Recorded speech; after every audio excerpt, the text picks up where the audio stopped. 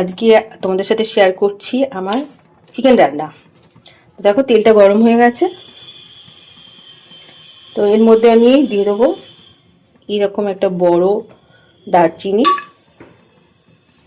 দিয়ে দিলাম লবঙ্গ আর এলাচ। এলাচটাকে না একটু ফাটিয়ে নিচ্ছি, দেখো এই দেখো। পেঁয়াজ দিয়ে দেবো,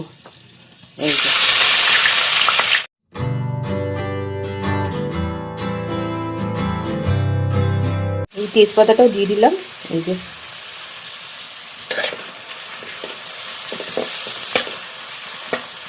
এই সময় একটু নুন দিয়ে দেবো। খুব তাড়াতাড়ি রান্না হয়ে যাবে, এরকম একটা চিকেনের রেসিপি তোমাদের সাথে শেয়ার করছি।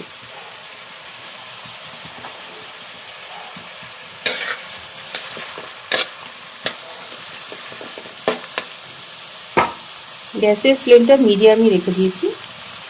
এখন আমি এর মধ্যে চিকেনগুলো দিয়ে দেবো। দেখো এই যে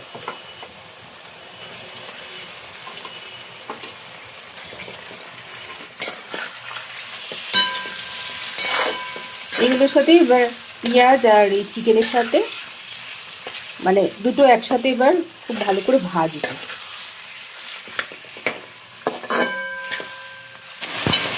চিকেনগুলো বেশ হালকা হালকা ভাজা হয়ে গেছে।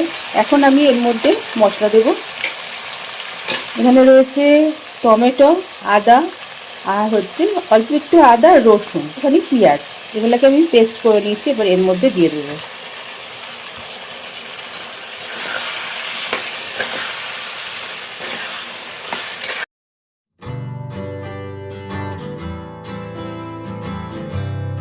এবার এটা কষাতে হবে। এখন না আমি আলুগুলো দিয়ে দেবো। এই জন্য আলু দিয়ে দিলাম।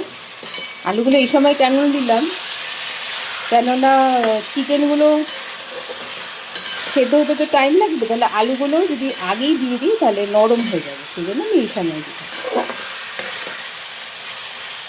আলুগুলো আগেও ভেজে নেওয়া যেত, কিন্তু তাড়াতাড়ি করতে গেলে এইভাবেই করতে হবে।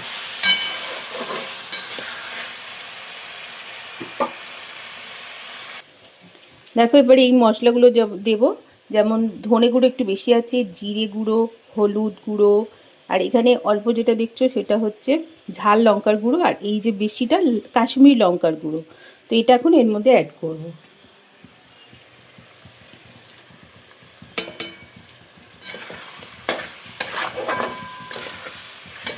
এবার না চিকেনটাকে ঢাকা দিয়ে দিয়ে কষাবো, তাহলে খুব তাড়াতাড়ি কষে যায়।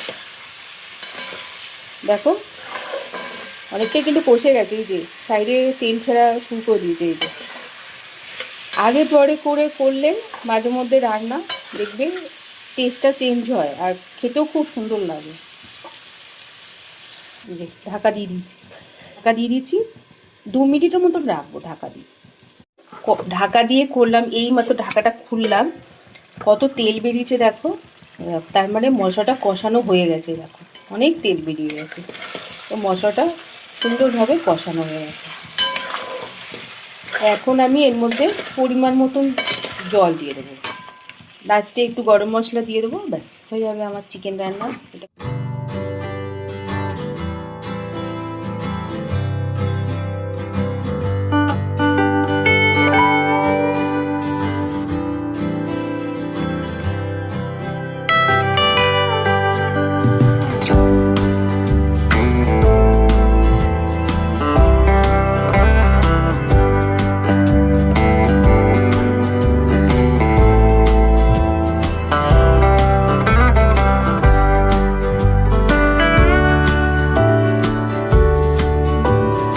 কালার যেরকম সুন্দর হয়েছে আর খেতেও খুব সুন্দর হয়েছে।